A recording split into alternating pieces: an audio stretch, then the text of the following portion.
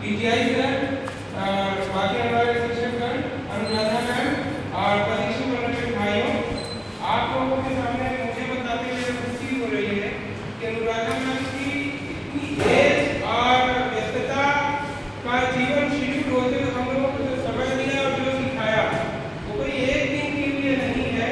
इसको अपनी जिंदगी में उतारें और कुछ न कुछ उपयोगी है, इसलिए प्रशासन ने इतनी बढ़िया व्यवस्था करी और हम लोगों के फायदे के लिए है ये सब चीजें।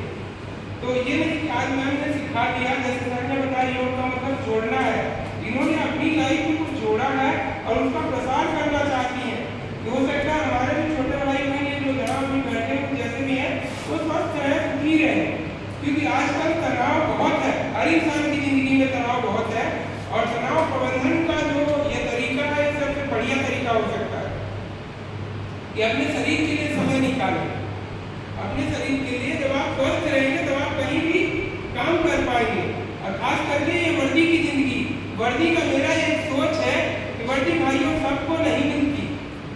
वर्दी के लिए अच्छा लंबा चौड़ा शरीर होना चाहिए, सीना 79 से 84 सेंटीमीटर होना चाहिए, फुलाव अलग से होना चाहिए और हवा में उड़ने वाला बंदा होना चाहिए।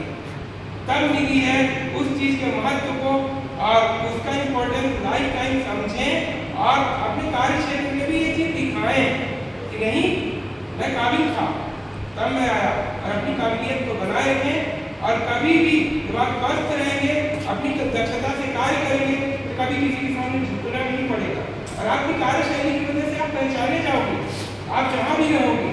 तो मैम ने जितने भी आसन समझाए, तो अगर जिस किसी को उससे संबंधित कोई प्रॉब्लम है तो पहले तो दूर हो जाएंगी। और दूसरी चीज, मैं एक भूतपूर्व सैनिक हूँ तो मैं तो कुछ करता ही था, लेकिन मैम के आने से जो कुछ एक चीज मतलब अलग से योग कराए मैम ने और हमने देखा कुछ एक चीजें बहुत अच्छी लगी।